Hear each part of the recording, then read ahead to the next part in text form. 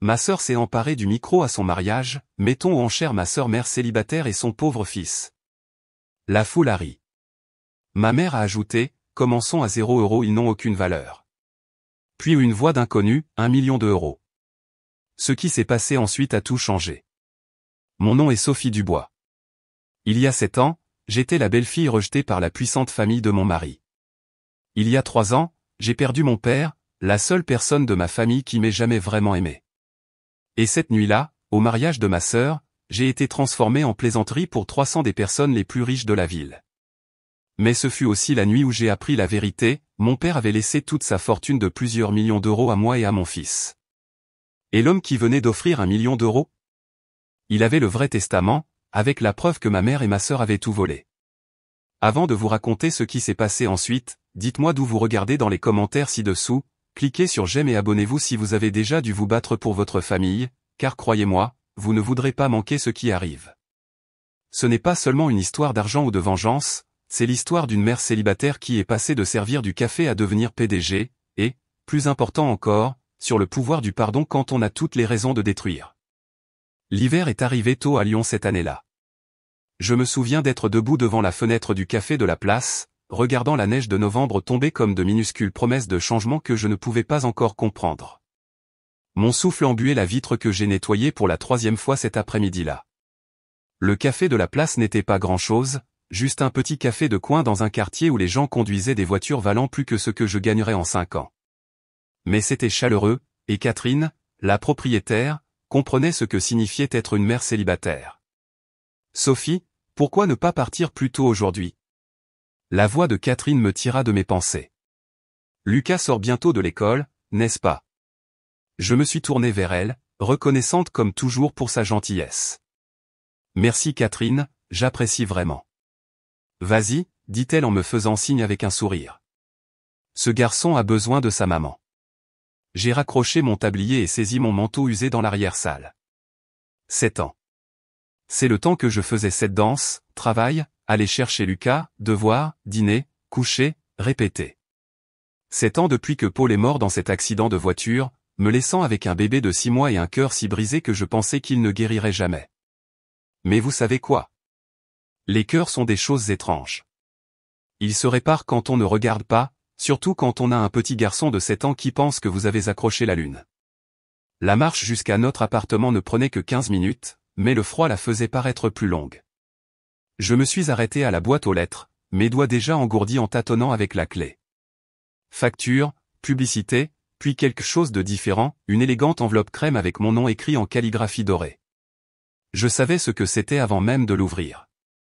Dans notre petit appartement, j'ai posé l'enveloppe sur le comptoir de la cuisine et l'ai fixée pendant que j'attendais que la bouilloire s'arrête. L'invitation était exactement ce à quoi je m'attendais, Camille se mariait. Ma sœur cadette, l'enfant d'or, celle qui ne pouvait rien faire de mal aux yeux de notre mère, épousait François Lambert. Bien sûr qu'elle se mariait avec François. La famille de François possédait la moitié des biens immobiliers commerciaux de Lyon. C'était un mariage fait au paradis des pages mondaines. Madame Sophie Dubois et son fils Lucas Dubois sont cordialement invités à célébrer l'union de Mademoiselle Camille Bernard et Monsieur François Lambert. J'ai lu les mots 3 fois avant d'entendre la clé de Lucas dans la porte. Maman, il est entré comme un rayon de soleil, plein d'énergie et de sourire édenté. Devine quoi? J'ai eu 100 à mon test de maths. Je l'ai soulevé, l'invitation oubliée pour le moment. C'est incroyable mon chéri. Je suis si fier de toi. Madame le roi a dit que j'étais le seul à avoir résolu tous les problèmes, continua-t-il, ses yeux noirs, les yeux de Paul, pétillants de fierté. Nous nous sommes installés dans notre routine du soir, devoir sur la petite table à manger, macaroni au fromage pour le dîner, le bon, avec du vrai fromage, parce que c'était vendredi, et puis Lucas a trouvé l'invitation pendant que je faisais la vaisselle. Qu'est-ce que c'est, maman? Il a tenu la carte, déchiffrant l'écriture fantaisie. Et Camille se marie? Ma main s'est arrêtée dans l'eau savonneuse. Oui, mon chéri, elle se marie. On peut y aller. Son excitation était immédiate et pure. Je ne suis jamais allé à un mariage. J'ai séché mes mains lentement, gagnant du temps. Comment pouvais-je expliquer à mon fils de 7 ans que nous étions les membres de la famille que personne ne voulait voir? Que sa grand-mère, Sylvie Bernard, nous avait à peine parlé depuis la mort de mon père il y a 3 ans? Que Camille ne nous invitait que parce que cela aurait fait mauvais genre si elle ne l'avait pas fait? Je ne sais pas, Lucas, ça va être très chic, et... S'il te plaît maman, il m'a regardé avec ses yeux qui ressemblaient tant à ceux de son père. Blessé. Je veux voir tante Camille en robe de mariée. Et peut-être que mamie sera là. L'espoir dans sa voix m'a brisé. Malgré tout, Lucas croyait encore en la famille. Il pensait encore que le sang signifiait quelque chose, que sûrement sa grand-mère et sa tante l'aimaient, même si elles ne le montraient jamais. D'accord, je me suis entendu dire. Nous irons. Cette nuit-là, après que Lucas fut endormi, je me suis assise dans notre petit salon avec l'album photo de mon père. Antoine Bernard avait été beaucoup de choses, un homme d'affaires prospère, un patron exigeant, un mari compliqué. Mais pour moi, il avait été le parent qui me voyait vraiment. Pendant que maman s'extasiait sur la beauté et les grâces sociales de Camille, papa s'asseyait avec moi pendant que je faisais mes devoirs, louant mes bonnes notes et mon esprit pratique. Tu es l'intelligente, Sophie, il disait. Ne laisse personne te dire le contraire. Quand il est mort d'une crise cardiaque il y a 3 ans, j'ai perdu plus qu'un père. J'ai perdu mon défenseur, mon protecteur, la seule personne de ma famille qui me faisait sentir que j'avais ma place. La lecture du testament avait été rapide et simple, tout à Sylvie, avec l'entente qu'elle s'occuperait des filles. Camille a vu son fonds fiduciaire immédiatement complété. Je n'ai rien eu. Maman a dit que c'était parce que j'étais indépendante et n'avais pas besoin d'aide. Le lendemain matin, j'ai appelé Camille. Mes mains tremblaient en composant le numéro, mais j'ai gardé ma voix ferme. Camille, c'est Sophie. Merci pour l'invitation, Lucas et moi serons là. Le silence de l'autre côté a duré juste assez longtemps pour être insultant. Oh, comme c'est gentil. Mère sera contente. Nous savions toutes les deux que c'était un mensonge. Souviens-toi juste, continua-t-elle, sa voix prenant ce ton particulier que je connaissais si bien, ça va être assez formel. La famille de François est très exigeante sur les apparences. Tu as quelque chose d'approprié à porter, n'est-ce pas? L'implication était lourde entre nous. Pauvre Sophie, l'employée de café. Pauvre Sophie, la mère célibataire. Pauvre Sophie, qui ne pouvait certainement rien avoir de convenable pour la haute société. Nous serons convenablement habillés, dis-je doucement. Eh bien, tant mieux. La cérémonie est à 14 heures, mais essaie d'arriver tôt. On ne voudrait pas que tu te faufiles en retard et que tu causes une distraction. Après avoir raccroché, je suis resté debout dans l'embrasure de ma chambre, regardant mon placard modeste. Elle avait raison, bien sûr. Je n'avais rien de convenable pour un mariage mondain. Mais je me débrouillerai. Je m'en suis toujours sorti. J'ai pensé annuler tous à une douzaine de fois au cours des semaines suivantes. Mais chaque fois que j'étais sur le point de décrocher le téléphone, Lucas mentionnait le mariage. Il était si excité, cochant les jours sur le calendrier, posant des questions sur ce à quoi ressemblaient les mariages, se demandant s'il y aurait du gâteau. « Tu penses que mamie dansera avec moi ?» demanda-t-il un soir. J'ai resserré sa couverture. « Je ne sais pas mon chéri, on verra. »« Grand-père me manque, dit-il soudain. Tu penses qu'il aurait dansé avec moi ?» Oh Lucas, j'ai lissé ses cheveux. Grand-père aurait dansé avec toi toute la nuit. Et il l'aurait fait. Malgré son extérieur bourru, papa avait un faible pour Lucas qui surprenait tout le monde. Dans les derniers mois avant sa crise cardiaque, il avait commencé à nous rendre visite plus souvent, apportant à Lucas des livres et des jouets, s'asseyant sur notre sol pour jouer au train, même si ses genoux protestaient. Ce garçon est spécial, Sophie, il m'avait dit lors de ce qui s'est avéré être sa dernière visite. Ne laisse personne lui faire croire le contraire. Avec le recul, je me demande s'il savait quelque chose, s'il pressentait ce qui allait arriver. Mais à l'époque, je pensais juste qu'il était un grand-père aimant. La semaine avant le mariage, j'ai fait quelque chose que j'avais juré de ne pas faire. J'ai puisé dans mon fonds d'urgence, l'argent que j'économisais au cas où la voiture tomberait en panne ou si Lucas avait besoin de soins médicaux, et j'ai acheté des vêtements pour nous. Rien de fantaisiste, rien qui rivaliserait avec les robes de créateurs et les costumes sur mesure qui, je le savais, rempliraient cette salle de bal. Juste une simple robe bleu marine pour moi et un joli petit costume pour Lucas. J'ai l'air beau, maman, demanda Lucas, défilant avec sa tenue dans le miroir du grand magasin. Le plus beau, je l'ai rassuré, même si mon cœur se brisait un peu au prix. L'hiver s'est installé sur Lyon comme une épaisse couverture à ce moment-là, et je savais que quoi qu'il arrive à ce mariage, nos vies étaient sur le point de changer. Je n'avais juste aucune idée à quel point. Le matin du mariage, je me suis réveillé à 5 heures, non pas parce que j'en avais besoin, nous n'avions pas à partir avant midi, mais parce que j'avais l'estomac noué. J'ai fait du café et me suis assise à notre petite table de cuisine, regardant la neige tomber dehors. C'était comme si toute la ville était habillée en blanc pour le grand jour de Camille. Lucas m'a trouvé là 1 heure plus tard, se frottant les yeux ensommeillés. « C'est l'heure ? » ?»« Pas encore, mon chéri. »« Tu veux déjeuner ?» Nous avons fait des crêpes ensemble, lui debout sur une chaise pour atteindre le comptoir, mesurant soigneusement les ingrédients comme si c'était le travail le plus important du monde. Il a bavardé de l'école, de son ami Arthur qui pouvait rôter l'alphabet, de tout sauf du mariage. Mais je pouvais le voir à la façon dont il continuait de jeter des coups d'œil à son costume accroché à la porte, il était nerveux aussi.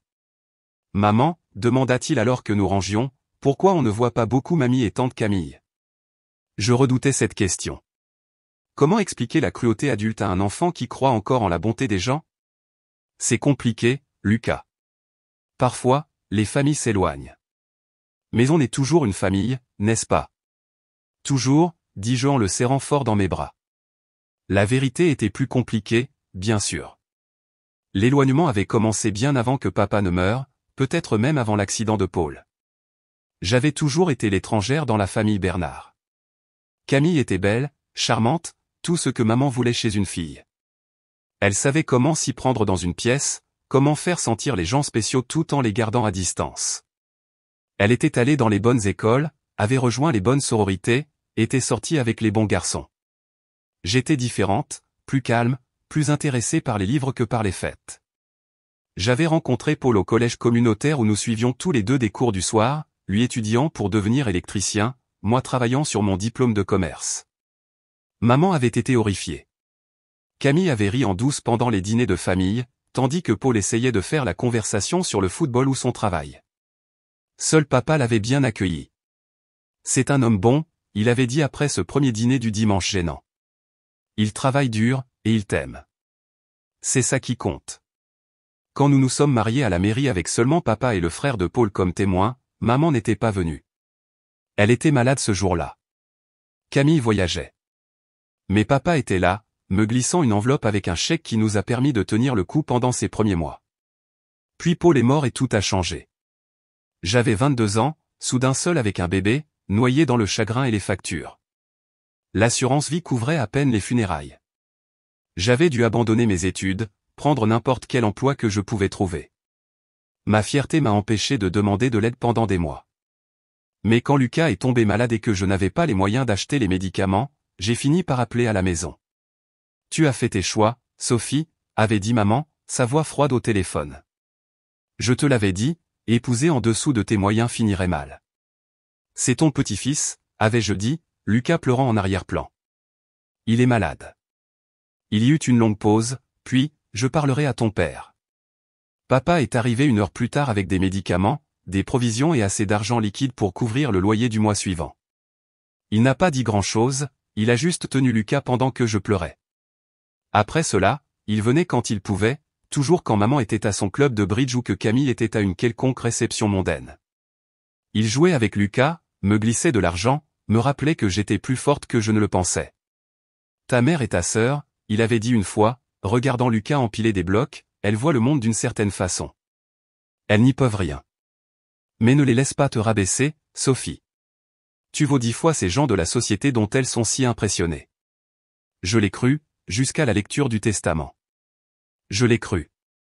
En me préparant pour le mariage, j'ai essayé de repousser ces souvenirs.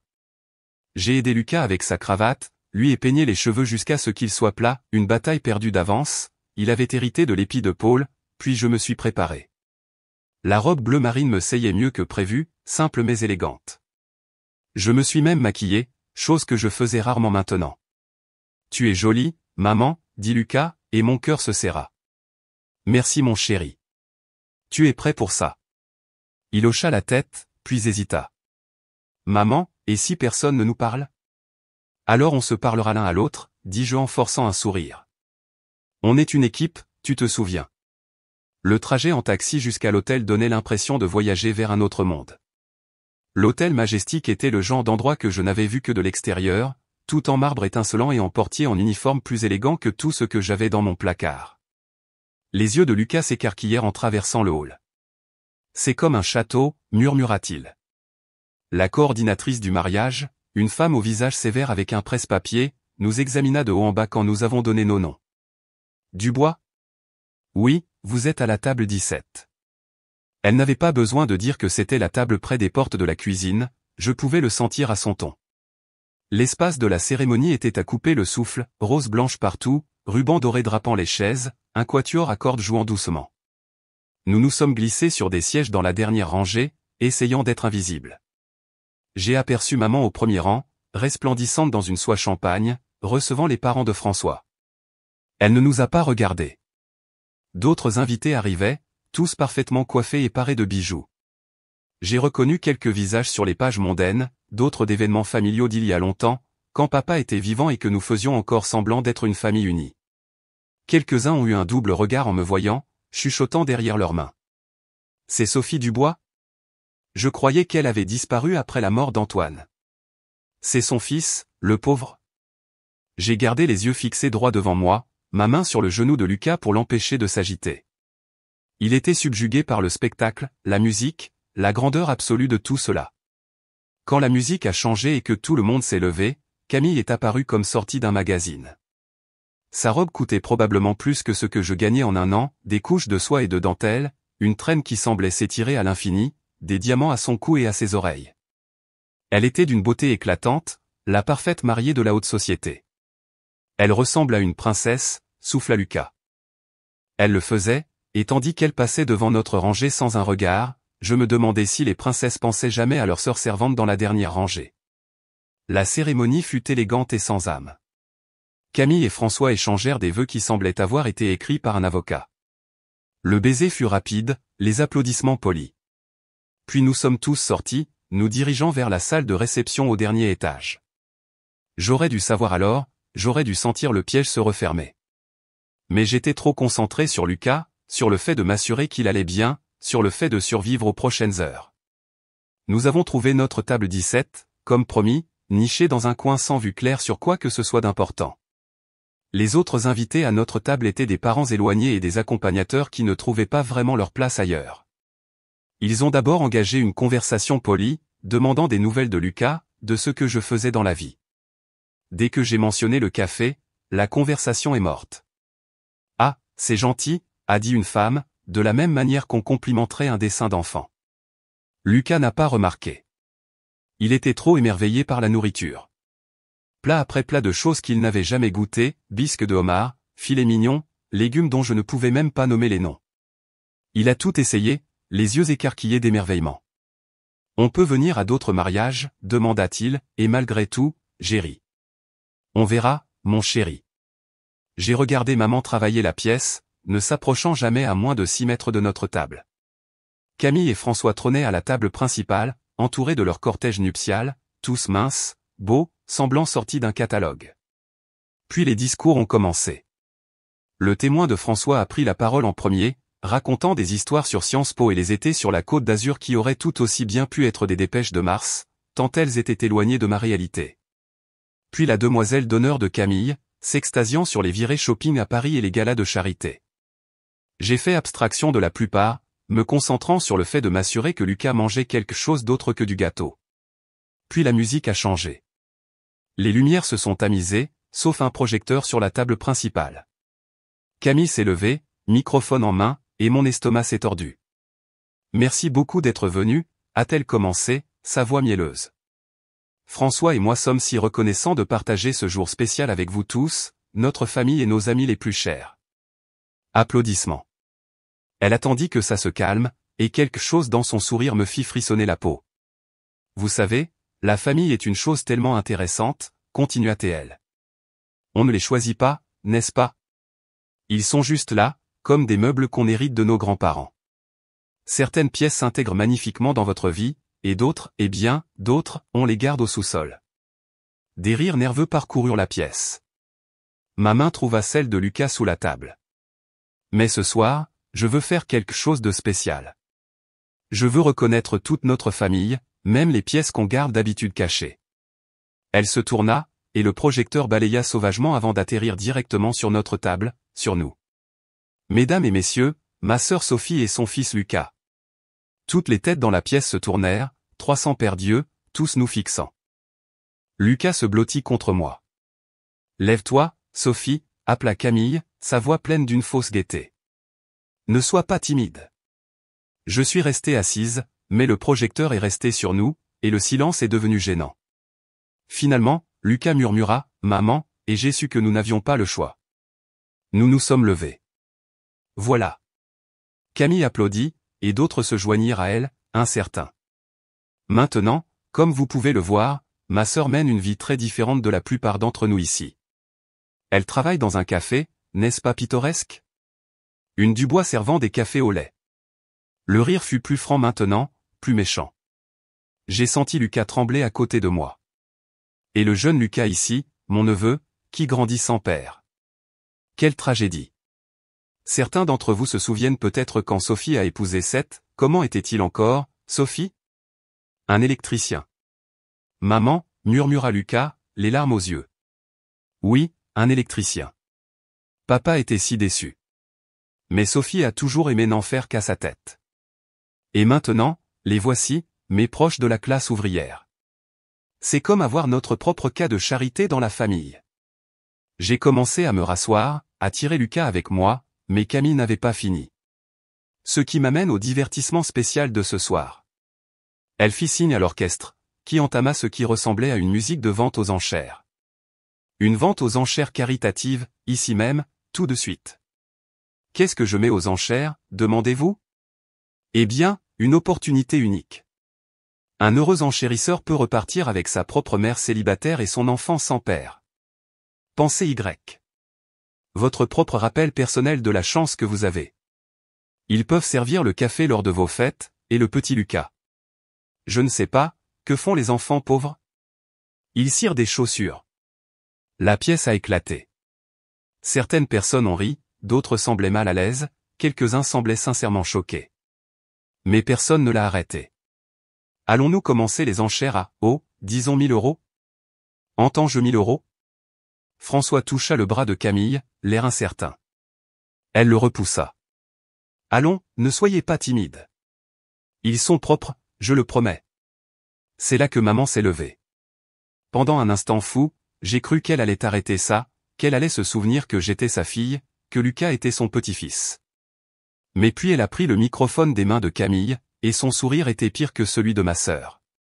Laisse-moi t'aider, chérie, dit-elle. Je pense que tu commences trop haut. Après tout, nous devrions être réalistes quant à leur valeur. Commençons à 0 euros. Elle m'a regardé droit dans les yeux en disant cela. Parce qu'honnêtement, je n'imagine pas que quelqu'un paierait de l'argent réel pour eux. Mais peut-être quelqu'un se sentant particulièrement charitable. Lucas pleurait maintenant, des larmes silencieuses coulant sur son visage. Je ne pouvais pas respirer, pas penser. Les rires ressemblaient à des coups physiques, chacun me rapetissant de plus en plus. Maman, murmura Lucas, s'il te plaît, on peut y aller? Oui, on pouvait y aller. On pouvait sortir tout de suite, laisser ces gens horribles à leur horrible fête. J'ai commencé à bouger, mon bras autour de Lucas. 1 million d'euros. La voix est venue de l'arrière de la pièce, claire, calme, complètement sérieuse. Le rire est mort instantanément. Toutes les têtes ont pivoté. L'opérateur du projecteur, confus, a balancé la lumière sauvagement avant de trouver l'orateur. Il était grand, distingué, avec des cheveux argentés et un costume impeccablement coupé. Il s'est avancé d'un pas lent et confiant, et quelque chose en lui me semblait familier, bien que je ne puisse pas le situer. Je suis désolé, Camille a ri nerveusement. C'est juste une blague, dit-elle. 1 million d'euros, dit-il. Il a atteint le centre de la pièce. Je paierai 1 million d'euros pour Madame Sophie Dubois et son fils. Bien que je doive dire que le mot acheter est inapproprié. On ne peut pas acheter les gens. On ne peut que reconnaître leur valeur, et leur valeur est bien supérieure à tout ce que quelqu'un dans cette pièce pourrait se permettre. Le visage de maman est devenu blanc. Qui êtes-vous? L'homme a souri, mais son sourire n'atteignait pas ses yeux. Marc Girard. J'étais l'avocat de votre mari, Sylvie. Son vrai avocat pour les affaires qu'il ne confiait pas aux avocats de la famille. Le silence était assourdissant. J'ai sombré dans ma chaise, tirant Lucas avec moi, car mes jambes cédaient. C'est ridicule, dit Camille, mais sa voix tremblait. Vous ne pouvez pas simplement interrompre un mariage, faire une scène, humilier des membres de la famille pour le plaisir. La voix de Marc était de l'acier enveloppé de soie. Vous avez raison, on ne devrait pas faire de telles choses. Pourtant, nous voici. Il fouilla dans sa veste et en sortit une enveloppe. J'avais espéré faire cela en privé, mais puisque vous avez choisi de faire un spectacle de Sophie et Lucas, il est peut-être approprié que tout le monde entende la vérité. Sortez. Maman gronda. J'appellerai la sécurité. Vous ne ferez rien, dit calmement Marc. Parce que ce que j'ai à dire concerne les dernières volontés et le testament d'Antoine Bernard. Son vrai testament. Celui que vous cachez depuis 3 ans. Mon cœur s'arrêta. Autour de nous, les invités se penchaient, le drame trop délicieux pour résister. De plus, continua Marc, ouvrant l'enveloppe, j'ai ici la documentation de chaque transaction frauduleuse que vous et Camille avez effectuée en utilisant les fonds de la Société du Bois. Chaque signature falsifiée, chaque compte détourné. Vous mentez, dit Camille, mais toute couleur avait déserté son visage. Marc sourit de nouveau ce sourire froid. Vraiment? Alors vous ne vous opposerez pas à ce que le juge Martin, que je crois assis à la table 12, examine ces documents? Un homme plus âgé que je reconnaissais vaguement leva la main en signe d'acquiescement. Le murmure qui parcourut la foule fut comme de l'électricité. Mais peut-être, dit Marc, sa voix portant facilement à travers la pièce, nous devrions commencer par la lettre d'Antoine. Celle qu'il a écrite à Sophie et Lucas. Celle qu'il m'a demandé de lire quand le moment serait venu. Il me regarda alors, et ses yeux étaient bienveillants. Je crois que ce moment est maintenant. Marc Girard se tenait au centre de cette salle de bal étincelante comme un homme qui avait attendu 3 ans pour ce moment. Ce que j'allais apprendre, il l'avait fait. Avant que je ne lise la lettre d'Antoine, dit-il, sa voix portant jusqu'à chaque coin de la pièce, laissez-moi vous peindre un tableau. Il y a 3 ans, un homme a réalisé qu'il était en train de mourir. Son cœur défaillait, et il savait qu'il lui restait peut-être des mois. Cet homme avait 2 filles et un petit-fils qu'il adorait. Mais il avait aussi une femme qui avait montré sa vraie nature, et une fille cadette qui avait trop bien appris aux genoux de sa mère. Maman resta figée, sa coupe de champagne oubliée dans sa main. Camille s'était effondrée sur sa chaise, François la regardant comme s'il ne l'avait jamais vue auparavant. Cet homme est venu me voir, continua Marc, pas les avocats de la famille qui servaient les Dubois depuis des décennies. Pourquoi? Parce qu'il avait découvert quelque chose qui lui brisait le cœur, sa femme et sa fille cadette planifiaient déjà sa mort, déplaçaient déjà de l'argent, modifiaient des documents, se préparant à exclure sa fille aînée et son petit-fils de tout. C'est de la diffamation. Maman retrouva sa voix. Je vous poursuivrai en justice pour chaque centime. Avec quel argent, Sylvie? Demanda doucement Marc. L'argent que vous avez volé à l'entreprise. Les comptes que vous avez vidés? Oh oui, j'ai 3 ans de relevé bancaire. 3 ans de preuves. Pensiez-vous vraiment qu'Antoine laisserait sa fille et son petit-fils sans protection? Il sortit une seule feuille de papier. Mais je m'avance. D'abord, la lettre. La pièce était si silencieuse que j'entendais mon propre rythme cardiaque. Lucas avait cessé de pleurer, regardant Marc avec de grands yeux. Mes très chers Sophie et Lucas, lut Marc. Et au son de ces mots, dans la voix de mon père, j'ai senti les larmes monter. Si vous entendez ceci, alors Marc a tenu sa promesse, et la vérité est enfin révélée. D'abord, laissez-moi vous dire à quel point je suis désolé. Désolé de ne pas avoir pu vous protéger tant que je vivais. Désolé que vous ayez dû endurer ce que je sais que Sylvie et Camille vous ont fait subir. Mais surtout, désolé d'avoir été trop lâche pour les affronter moi-même. Marc fit une pause, laissant les mots s'installer. Quand il continua, sa voix était plus douce. Sophie, tu as toujours été la meilleure d'entre nous. Gentille là où ta mère était cruelle, honnête là où ta sœur était fausse, forte là où j'étais faible. Quand tu as épousé Paul, j'ai vu à quel point il te rendait heureuse, à quel point votre amour était vrai. Ta mère appelait cela commun, moi j'appelais cela magnifique. Je pleurais maintenant, ne me souciant pas de qui voyait. Lucas tendit la main et essuya mes larmes avec sa petite main, exactement comme je l'avais fait pour lui tant de fois. Quand Paul est mort, je t'ai regardé pleurer et te reconstruire. Je t'ai regardé élever Lucas avec tant d'amour et de force. Et j'ai regardé ta mère et ta sœur te tourner le dos, te punir de ne pas être comme elle. Ça m'a fait honte. Mais j'étais déjà malade à ce moment-là, déjà à court de temps. Et j'ai fait un choix. La lettre froissa tandis que Marc tournait la page suivante. J'ai choisi de les laisser croire qu'elles avaient gagné. Je les ai laissées croire que le testament qu'elles ont vu, laissant tout à Sylvie, était le vrai. Mais ce n'était pas mon vrai testament. Mon testament légal, dûment attesté et notarié, raconte une autre histoire. Maman fit un bruit comme un animal blessé. Plusieurs invités avaient leur téléphone sorti, enregistrant tout. À ma femme, Sylvie Bernard, je laisse le minimum légal pour les conjoints survivants, et pas un centime de plus. Elle sait ce qu'elle a fait. À ma fille, Camille Bernard, je ne laisse rien. Elle a déjà trop pris. À ma fille, Sophie Dubois, et à mon petit-fils, Lucas Dubois, je laisse tout le reste, l'entreprise, les propriétés, les investissements, tout. Le souffle coupé qui parcourut la pièce fut comme une vague. Je ne pouvais pas le traiter, je ne pouvais pas respirer. Mais plus que l'argent, continua Marc en lisant, je vous laisse la vérité. Votre mère et votre sœur volent l'entreprise depuis des années. Elles se préparaient à vous détruire bien avant ma mort. Chaque mot cruel, chaque moment d'exclusion, chaque humiliation, tout faisait partie de leur plan pour vous faire disparaître, pour vous rendre si insignifiante que personne ne poserait de questions quand vous n'obtiendriez rien. Il leva les yeux de la lettre, son regard trouvant maman et Camille. Elles ont presque réussi. Mais je connaissais ma Sophie. Je savais que tu survivrais à tout ce qu'elle te ferait. Et je savais que, quand le moment serait venu, Marc s'assurerait que tu aurais ce qui t'appartenait. C'est faux, hurla Camille, se levant si vite que sa chaise tomba. Ce sont tous des mensonges. Le testament a été exécuté il y a 3 ans. Légal, contraignant. Vraiment? Marc sortit un autre document.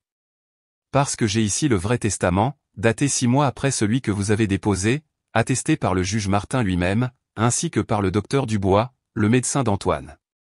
Tous deux sont ici ce soir, par heureuse coïncidence. Le juge se leva. Je peux confirmer que j'ai été témoin du dernier testament d'Antoine Bernard. Il était sain d'esprit et très clair sur ses souhaits. Une élégante femme à une autre table se leva également. En tant que son médecin, je peux confirmer la même chose. Antoine savait exactement ce qu'il faisait. Le père de François saisit le bras de son fils. On s'en va, François. Mais papa. Le père Lambert plus âgé était déjà en mouvement. Cette famille est un poison. Les fiançailles sont rompues. François regarda Camille, et je vis le moment où il réalisa qu'il avait été trompé. Sans un mot, il suivit son père dehors. Camille hurla après lui, mais Marc n'avait pas fini. Il y a d'autres choses dans la lettre, dit-il calmement. Dois-je continuer? S'il vous plaît, murmurai-je. C'était le premier mot que j'avais prononcé depuis que tout cela avait commencé. L'entreprise est à toi, Sophie, mais je sais que tu n'en as jamais voulu. Tu voulais terminer ton diplôme, construire quelque chose à toi. Alors j'ai mis de côté des fonds pour cela. Pour que tu puisses retourner à l'école, devenir tout ce dont tu rêves. Pour que Lucas ait toutes les opportunités. Pour que vous puissiez vivre tous les deux sans peur ni manque. Il plia la lettre soigneusement. Il y a d'autres choses, plus personnelles, des choses qui devraient être lues en privé, pas devant des gens qui traitent la douleur familiale comme un divertissement. Il regarda autour de la pièce avec dégoût. Bien que je pense qu'Antoine apprécierait l'ironie, vous êtes tous venus ici pour regarder Sophie être humiliée. Au lieu de cela, vous êtes les témoins de la justice. Je me battrai, dit maman, sa voix basse et dangereuse. Je me battrai avec tous ceux. Avec quoi? Marc la coupa. Les avocats que vous ne pouvez pas vous permettre une fois les comptes gelés? Les relations qui calculent déjà comment prendre leur distance avec vous? Regarde autour de toi, Sylvie. Ton public a déjà choisi son camp, et ce n'est pas le tien. Il avait raison. Les chuchotements avaient commencé. Les calculs sociaux. Maman et Camille avaient commis le péché ultime dans leur monde, elles avaient été démasquées comme des fraudeuses. Marc s'approcha de notre table. De près, je pouvais voir la gentillesse dans ses yeux, la colère protectrice en notre nom. Sophie, dit-il doucement. Lucas. Je suis désolé que cela se soit passé ici, comme ça. Antoine voulait que j'attende, que je les laisse s'exposer d'elles-mêmes. Il a dit que, quand le moment serait venu, je saurais. Quand j'ai appris pour ce soir, pour ce qu'elles avaient planifié. Il secoua la tête. J'ai su. C'est vrai, demandai-je, ma voix fonctionnant à peine. Tout? Chaque mot? Tu es l'unique héritière des industries du bois. Les maisons, les investissements, tout. Ta mère et ta sœur ont vécu de l'argent volé pendant 3 ans. Mais je n'ai jamais voulu. Je sais, il sourit tristement. Ton père le savait aussi. C'est pourquoi il a pris des dispositions. Tu n'as pas à diriger l'entreprise si tu ne veux pas. Mais elle t'appartient. Personne ne pourra plus jamais te la prendre. Lucas tira sur ma robe. Maman, ça veut dire que grand-père s'est vraiment souvenu de nous? Je le serrai fort. Oui, mon chéri. Grand-père s'est souvenu de nous. Alors pourquoi il les a laissés être méchantes avec nous si longtemps? Ce fut Marc qui répondit. Parce que parfois, Lucas, il faut laisser les gens montrer qui ils sont vraiment. Ton grand-père voulait s'assurer que, quand la vérité éclaterait, personne ne pourrait la nier. Tu comprends? Lucas réfléchit à cela, avec cette expression sérieuse qu'il avait quand il résolvait un problème. Comme dans mes histoires, quand le méchant doit avouer? Exactement comme ça. Autour de nous, la réception se dissolvait dans le chaos. Les invités partaient, le personnel hésitait, incertain. Et quelque part en arrière-plan, Camille était en pleine crise de nerfs. Qu'est-ce qui se passe maintenant? Demandai-je. Marc regarda sa montre. Maintenant? Maintenant, on part. J'ai une voiture qui attend. Demain, nous commencerons le processus légal. Ta mère et ta sœur recevront des notifications, des avis d'expulsion pour les propriétés où elles vivent, elles appartiennent toutes à l'entreprise, des ordonnances de gel des avoirs pour tous les comptes. Elles ont 72 heures pour rendre ce qu'elles ont volé, ou elles feront face à des accusations criminelles. Accusations criminelles. Fraude, détournement de fonds, signature falsifiée sur des documents de l'entreprise. Ton père a tout documenté, Sophie. Il leur a donné 3 ans pour creuser leur propre tombe, et elles s'en sont chargées. Je pensais que je devrais ressentir quelque chose, satisfaction, peut-être, justice. Mais tout ce que je ressentais, c'était de la fatigue. Qu'est-ce qui va leur arriver? Ça dépend d'elles. Si elles coopèrent, rendent l'argent, elles éviteront la prison. Elles devront recommencer à zéro, sans rien. Mais elles seront libres. Si elles se battent? Il haussa les épaules. Les preuves sont accablantes. Quand nous sommes sortis du bureau de Marc, la main de Lucas dans la mienne, mon téléphone affichait 17 appels manqués, tous provenant de numéros que je ne reconnaissais pas. La nouvelle s'était répandue comme une traînée de poudre dans la société lyonnaise.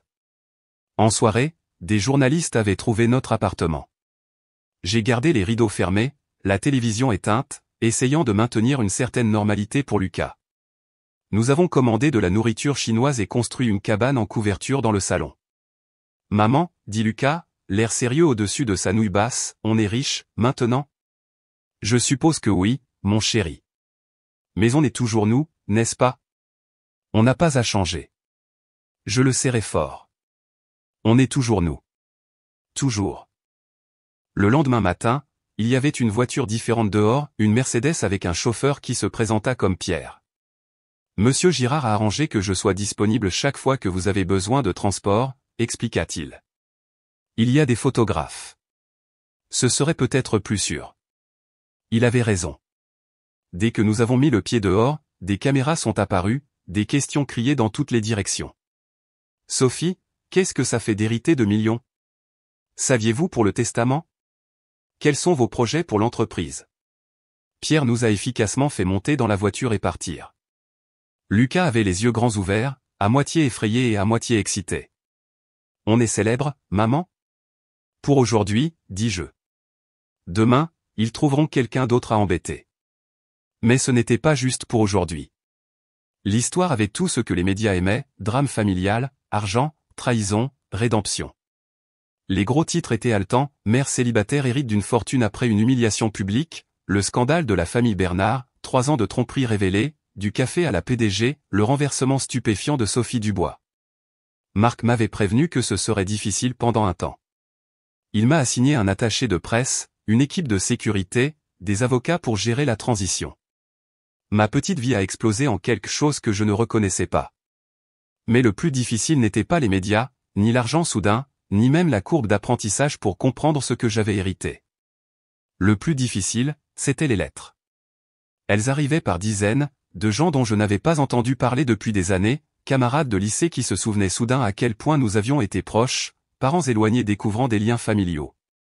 Chacun avait une histoire, un lien, une raison pour laquelle je devrais me souvenir d'eux. Et puis, le 4e jour, un autre genre de lettre, remise en main propre par un coursier qui attendit une réponse.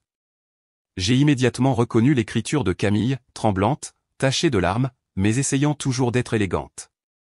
Sophie, je sais que tu me hais. Tu as toutes les raisons. Mais s'il te plaît, je t'en supplie. Je n'ai rien. Les Lambert me poursuivent pour les frais du mariage. Mère ne me parle plus.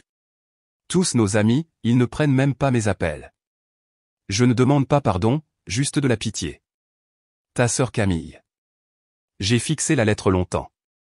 La sœur qui avait essayé de me mettre aux enchères comme une propriété, qui avait ri de ma douleur, qui avait fait pleurer Lucas. Qu'est-ce que tu lis, maman, demanda Lucas en grimpant sur mes genoux. Une lettre de tante Camille. Il est resté silencieux un instant, puis, est-ce qu'elle est désolée d'avoir été méchante? Je pense qu'elle est désolée d'avoir été prise, dis-je. Lucas réfléchit à cela avec la sagesse de ses 7 ans. Grand-père disait qu'être désolé, ça veut dire qu'on essaie de réparer ce qu'on a cassé. De la bouche des enfants? J'ai appelé Marc. Quel est le minimum que je dois leur donner légalement? Rien. Le testament est clair. Mais tu pourrais choisir de leur fournir quelque chose. Une allocation de subsistance, assez pour recommencer. Et si je le fais? Alors tu es une meilleure personne qu'elle ne mérite. Cette nuit-là, je me suis assise à ma table de cuisine, la même table où j'avais lutté contre les factures, où Lucas faisait ses devoirs, où nous avions partagé 1000 repas simples, et j'ai pris une décision. Pas pour elle. Pour moi. Pour la personne que mon père croyait que j'étais. Pour la mère que je voulais que Lucas voie. Je leur donnerai assez. Pas assez pour vivre comme elle l'avait fait, se contentant de l'argent et des relations familiales, mais assez pour louer un appartement, acheter de la nourriture, avoir une chance de devenir de vraies personnes au lieu de parasites. La femme que j'étais il y a une semaine n'aurait pas pu se permettre la pitié. Mais je n'étais plus cette femme. 6 mois.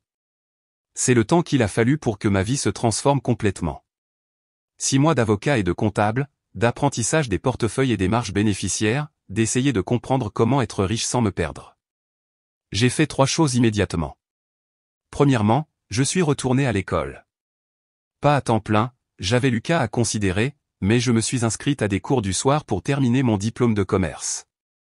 J'avais l'impression d'achever quelque chose que mon père avait toujours voulu pour moi. Deuxièmement, j'ai promu Catherine pour gérer le café et je l'ai faite associée. Elle a pleuré quand je le lui ai annoncé, me serrant si fort que j'avais du mal à respirer. Tu n'es pas obligé de faire ça, dit-elle. Oui, je le suis. Tu m'as donné un travail quand je n'avais rien. Tu as compris quand j'avais besoin de partir tôt pour Lucas. C'est juste. Troisièmement, et surtout, j'ai créé la Fondation Antoine Bernard.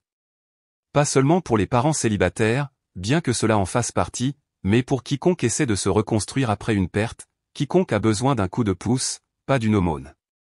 Lucas m'a aidé à concevoir le logo, sa langue sortie de concentration pendant qu'il dessinait. Il devrait y avoir un cœur, décida-t-il, parce que grand-père avait un bon cœur, même s'il était malade. La première subvention a été accordée à une femme nommée Sarah, une veuve avec 3 enfants qui était sur le point de perdre sa maison. Je l'ai rencontrée au bureau de la fondation, juste un petit espace que j'avais loué en centre-ville, rien de chic. Je ne comprends pas, elle n'arrêtait pas de dire, fixant le chèque. Pourquoi m'aideriez-vous? Vous ne me connaissez même pas, parce que quelqu'un aurait dû m'aider, dis-je simplement. Et maintenant, je peux faire passer le flambeau. L'entreprise se dirigeait toute seule, la plupart du temps. Papa avait eu raison de mettre les bonnes personnes en place. J'assistais aux réunions du conseil d'administration, j'apprenais à lire les rapports financiers, je prenais des décisions quand il le fallait, mais je refusais de la laisser me consumer comme elle l'avait fait avec lui. Vous n'êtes pas ce à quoi nous nous attendions, me dit le directeur financier après une réunion. À quoi vous attendiez-vous? Quelqu'un de plus, eh bien, comme votre mère ou votre sœur? Alors vous avez de la chance, dis-je. Je ne leur ressemble en rien. Maman et Camille avaient accepté mon offre. Elles partageaient un appartement de 2 chambres à Ménilmontant, loin de leur ancien quartier, mais assez décent. Je le savais parce que je passais parfois devant en voiture, sans m'arrêter, juste pour vérifier. M'assurant qu'elles avaient rendu la majeure partie de l'argent. Pas tout. Une partie avait été dépensée, perdue dans leur style de vie extravagant. Mais suffisamment pour éviter les poursuites. Elles travaillaient maintenant, toutes les deux. Maman dans une boutique haut de gamme, où sa connaissance des marques était en fait utile. Camille en tant qu'organisatrice d'événements, utilisant ses talents de fête pour les célébrations des autres. Je ne leur avais pas parlé depuis que les avocats avaient tout finalisé. Je n'avais pas répondu aux lettres de Camille, ni à la seule tentative d'appel de maman. Je n'étais pas prête. Peut-être ne le serais-je jamais. Mais Lucas posait parfois des questions à leur sujet. « Tu penses que mamie va bien ?» il demandait au dîner. « Je suis sûr qu'elle va bien, mon chéri. Peut-être qu'elle est différente maintenant. Peut-être qu'elle a appris. Peut-être. » Mais j'en doutais. Marc est devenu une partie régulière de nos vies. Dîner chaque semaine, match de football avec Lucas, soirée calme où nous parlions de mon père, du pardon, de l'avancée. Il serait fier, dit Marc un soir, après que Lucas se fût endormi sur le canapé entre nous. Antoine. Il serait si fier de la façon dont tu as géré tout ça. Vraiment?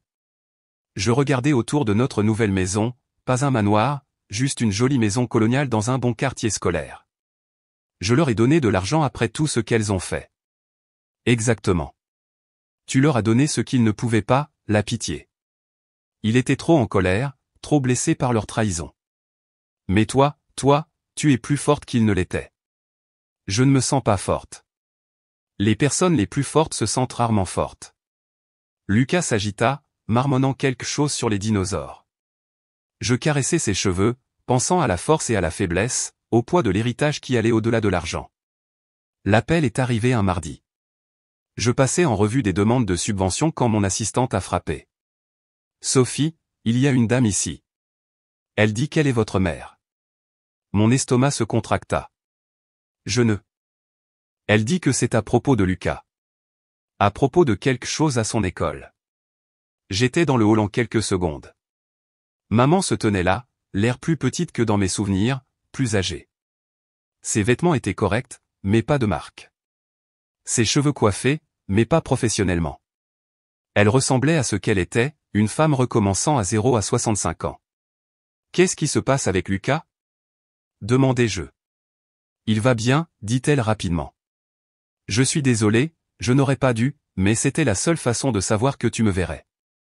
Alors, il n'y a rien de mal ? Tu as menti. J'avais besoin de te parler, sa voix se brisa. S'il te plaît, Sophie, 5 minutes. J'ai failli m'en aller, j'ai failli appeler la sécurité, mais quelque chose sur son visage m'arrêta, une vulnérabilité que je n'avais jamais vue auparavant. 5 minutes. Nous nous sommes assises dans la salle de conférence, formales comme des étrangères, ce que nous étions, je suppose. L'école de Lucas a organisé une journée des grands-parents, dit-elle sans préambule. La semaine dernière. J'ai vu l'annonce dans le journal. Je savais que Lucas avait été silencieux à ce sujet, ne demandant pas si quelqu'un viendrait. J'avais envoyé Marc à la place de son grand-père, et Lucas avait été ravi. Mais quand même, il n'a pas de grands-parents, dis-je froidement.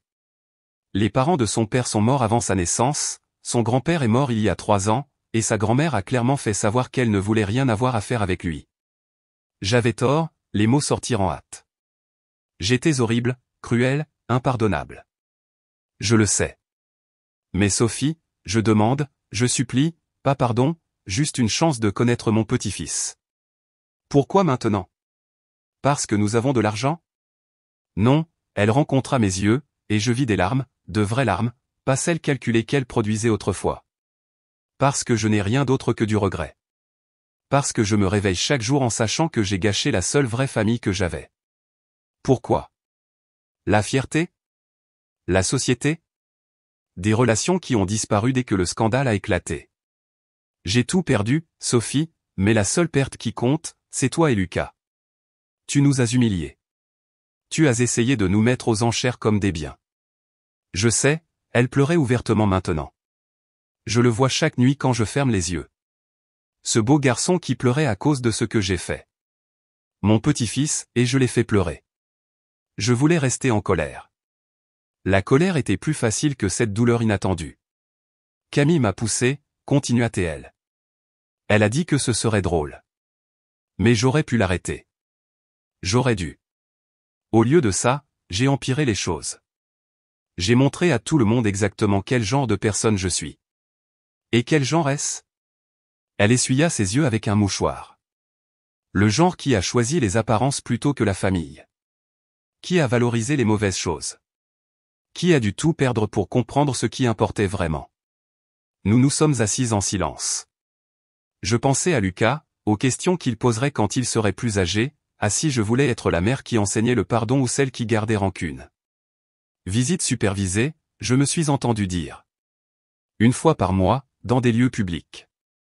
Si vous en manquez une. Si vous lui dites une chose cruelle. Si vous le faites pleurer, même une seule fois. C'est fini pour toujours. L'espoir fleurit dans ses yeux. Tu veux dire? Je veux dire que Lucas mérite de connaître sa grand-mère, même si elle ne mérite pas de le connaître. Je me levai. Je t'appellerai avec les détails. Ne me fais pas regretter ça. Je ne le ferai pas, murmura-t-elle. Je le promets, Sophie. Je ne le ferai pas, alors que je la raccompagnais dehors, elle se retourna. Il ressemble à Antoine, autour des yeux. Cette même gentillesse. Oui, dis-je doucement. Il lui ressemble. Cette nuit-là, j'ai dit à Lucas que sa grand-mère voulait le voir. Tout son visage s'illumina. Vraiment? Elle veut me rencontrer?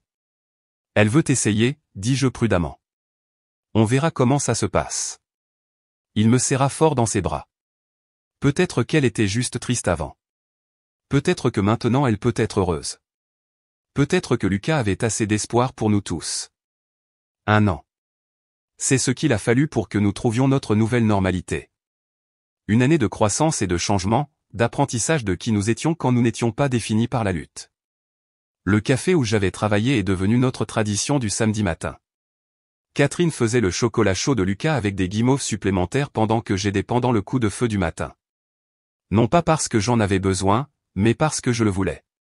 Cela me gardait ancré, me rappelait d'où je venais. Tu n'es pas obligé de faire ça, disait Catherine en me regardant essuyer les tables. Je sais. C'est pourquoi je peux. La fondation avait grandi au-delà de mes rêves les plus fous. Ce qui avait commencé comme un petit bureau avec moi et une assistante était devenu une opération complète, aidant des dizaines de familles chaque mois. Lucas était notre mascotte officieuse, charmant les donateurs lors des événements de collecte de fonds, sa douceur naturelle faisant plus que n'importe quel discours. Mon grand-père aurait aimé ça, il disait aux gens, et les portefeuilles s'ouvraient comme par magie. Maman avait tenu sa promesse. Chaque visite était soigneusement orchestrée, généralement au parc ou au musée pour enfants. Elle était différente avec Lucas qu'elle ne l'avait jamais été avec moi, patiente, attentive, sincèrement intéressée par ses pensées et ses rêves. Elle lit toutes mes histoires, Lucas me dit après une visite. Et elle ne rit pas des parties stupides. C'est bien, mon chéri. Elle a dit qu'elle était désolée de ne pas avoir été une bonne grand-mère avant. C'est bon, je lui dis. Tout le monde fait des erreurs. Tout le monde en faisait. Même moi. Camille me contacta par l'intermédiaire de maman, un rameau d'olivier hésitant. On pourrait se rencontrer, juste nous deux. J'y ai pensé pendant des semaines avant d'accepter. Nous nous sommes rencontrés dans un restaurant neutre, toutes les deux aussi maladroites que des adolescentes. Elle avait l'air bien. Pas la perfection soignée d'avant, mais d'une manière ou d'une autre, plus saine, plus réelle. Merci d'être venu, dit-elle. J'ai failli ne pas venir. Je sais, dit-elle en tordant sa serviette. Sophie, il faut que je dise quelque chose. Pas pour que tu me pardonnes, juste pour le dire. J'ai attendu. J'étais jalouse, dit-elle doucement. Toute ma vie, j'ai été jalouse de toi. De moi. Je ne pouvais pas cacher mon choc. Tu avais tout. Tu avais des choses. Tu avais le respect de papa. Son vrai amour. Elle leva les yeux. Sais-tu ce qu'il disait? Camille est belle, mais Sophie est brillante. Camille sait comment s'y prendre dans une pièce, mais Sophie sait comment travailler. Et je te haïssais pour ça. Alors tu as essayé de me détruire. J'ai essayé de prouver que je valais quelque chose aussi.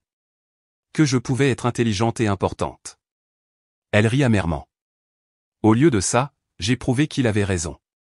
Tu étais celle qui valait la peine d'être sauvée. Nous avons parlé pendant 2 heures, sans vraiment nous réconcilier, mais en éclaircissant les choses. Elle me raconta sa nouvelle vie, le fait d'apprendre à travailler pour la première fois, l'étrange liberté de n'avoir rien à prouver. Je vois quelqu'un, avoua-t-elle. Un enseignant. Une école publique. Maman a failli s'évanouir quand je le lui ai dit. Et il est gentil. Il ne se soucie pas de mon nom de famille, ni de ce que j'avais autrefois. Il m'aime pour ce que je suis. Peu importe ce que c'est. C'est bien, Camille. Vraiment. Quand nous nous sommes quittés, elle m'a serré dans les bras, rapidement, maladroitement, mais sincèrement. Peut-être qu'un jour, dit-elle.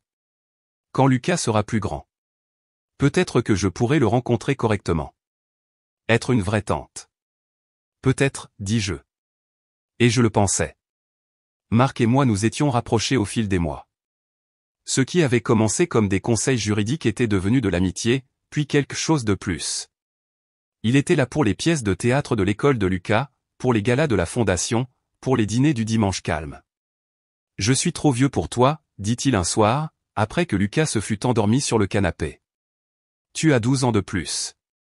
Ce n'est pas si vieux. Ton père était mon ami. Il l'était. Et il t'a demandé de prendre soin de nous.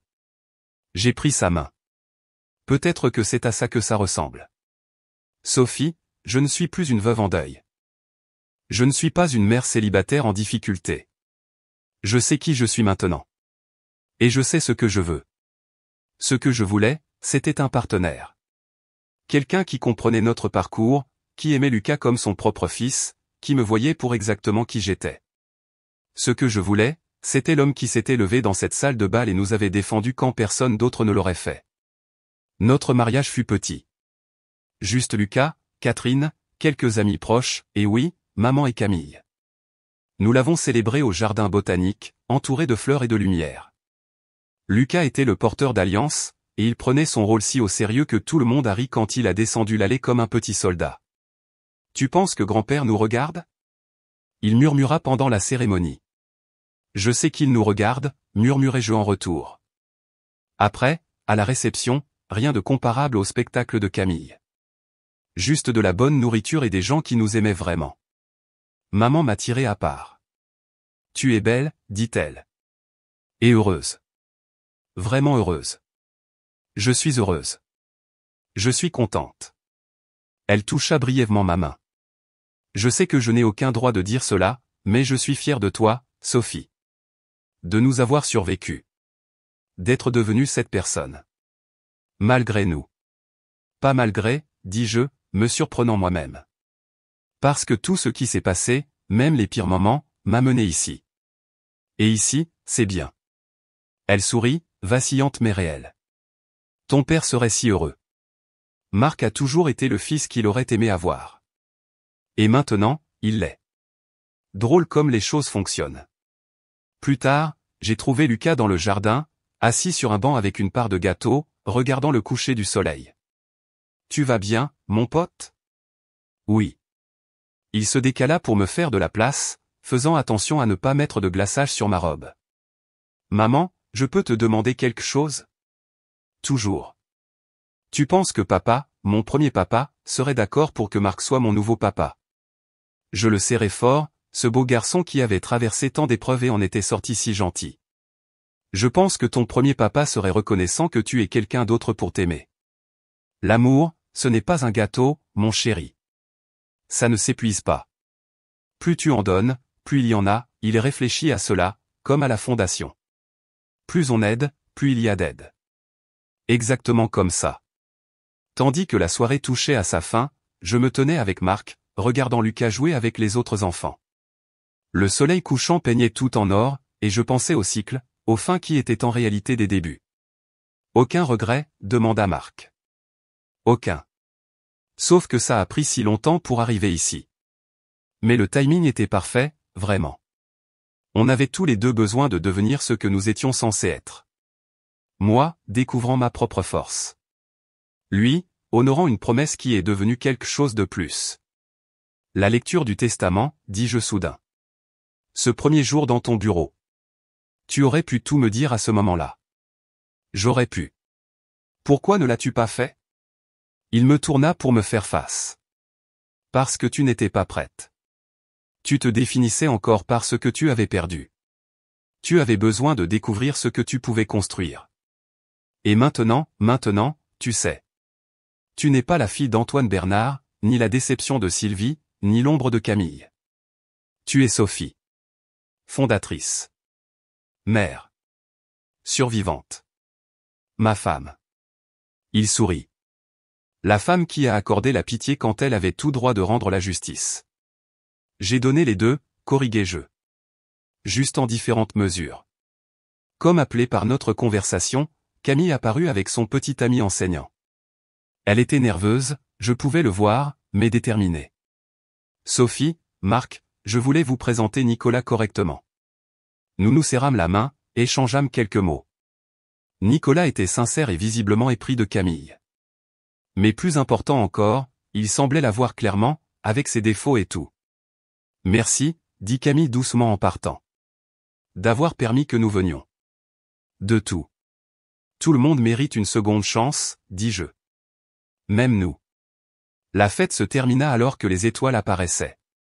Lucas s'endormit dans la voiture, serrant son coussin de porteur d'alliance. Marc conduisait pendant que je regardais les lumières de la ville floue défiler, pensant au voyage et aux destinations. Il y a 3 ans, j'étais debout dans la neige, me demandant comment j'allais survivre. Maintenant, je connaissais le secret, on ne fait pas que survivre, on se transforme. On prend les morceaux brisés et on construit quelque chose de nouveau, quelque chose de plus fort. À quoi tu penses? Demanda Marc. À la neige, dis-je. Au début déguisé enfin. Et à la façon dont papa savait. D'une manière ou d'une autre, il savait que tout s'arrangerait. Antoine était un homme intelligent. Il l'était. Mais je pense qu'il croyait juste en l'amour, à la fin. C'est ça qui nous sauve. Lucas s'agita sur le siège arrière, marmonnant quelque chose sur le gâteau. Marc tendit la main et prit la mienne. Dehors, Lyon étincelait de promesses. Et je souris. Nous étions chez nous. Et c'est ainsi que je suis passé d'une mère célibataire servant du café à devenir la PDG d'une entreprise d'1 million d'euros. Non pas grâce à la chance, mais grâce à un père qui avait tout planifié depuis l'au-delà pour protéger sa fille. Avez-vous déjà dû faire face à la trahison de votre propre famille? Si vous étiez à ma place, choisiriez-vous la vengeance ou le pardon? Laissez un commentaire ci-dessous. Je lis chacun d'eux et je veux vraiment entendre votre histoire. Si cette vidéo a touché votre cœur, n'oubliez pas de l'aimer et de la partager avec quelqu'un qui a besoin d'entendre que parfois, les pires débuts mènent aux plus belles fins. Et n'oubliez pas de vous abonner pour ne pas manquer la prochaine histoire vraie qui pourrait bien changer votre perspective.